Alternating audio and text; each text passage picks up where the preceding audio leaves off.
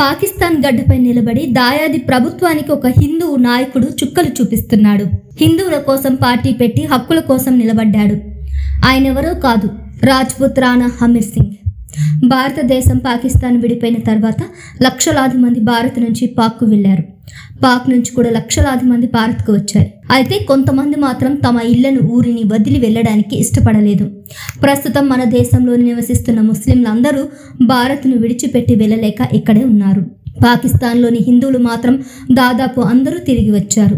కానీ ఓ కుటుంబం మాత్రం అక్కడే ఉండిపోయింది. అదే ఉమర్కోట్ హిందూ రాజు రాణా అర్జున్ సింగ్ రాజా కుటుంబం. విభజన తర్వాత కూడా ఆయన పాకిస్తాన్లోనే ఉండాలని నిర్ణయించుకున్నారు. వీళ్ళది రాజా కుటుంబం. అమర్కోట్ అనే రాజ్యాన్ని పరిపాలిస్తున్నారు. అమర్కోట్ అనే రాజ్యాన్ని పాలించారు. ప్రస్తుతం ఇది ఉమర్కోట్గా మార్చబడింది.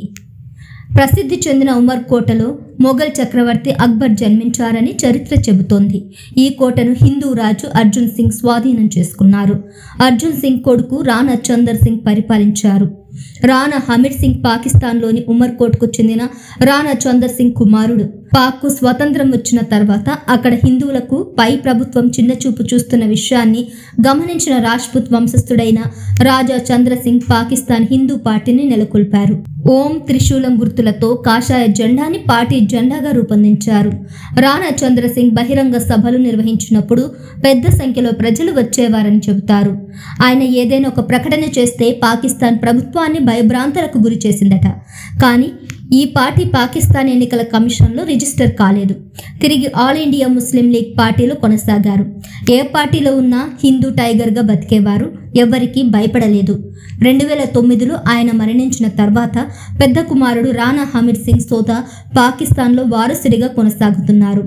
అర్జున్ సింగ్ చంద్ర సింగ్ ఏ కాదు, వాళ్ళ వారసుడు రాణా హమీర్ సింగ్ కూడా పాక్లో హిందూ టైగర్గా పేరుగాంచారు. పాకిస్తాన్ రాజకీయాల్లో ప్రత్యేక స్థానాన్ని నెలకొల్పారు. ప్రస్తుతం పాకిస్తాన్లోని ఏకైక హిందూ పాలకుడు రాణా హమీర్ సింగ్. ఇప్పటికీ ముస్లిం దేశం పాకిస్తాన్లో రాయల్ జీవితాన్ని గడుపుతున్నారు. ఓసారి పాకిస్తాన్ ప్రధానమంత్రికి బహిరంగంగా యుద్ధ సవాల్ కూడా చేశారు. రాణా హమీర్ సింగ్ తలపై కాషాయ తలపాగా, నుదిటిపై తిలకం ధరించి ధీమాగా జీవిస్తున్నారు.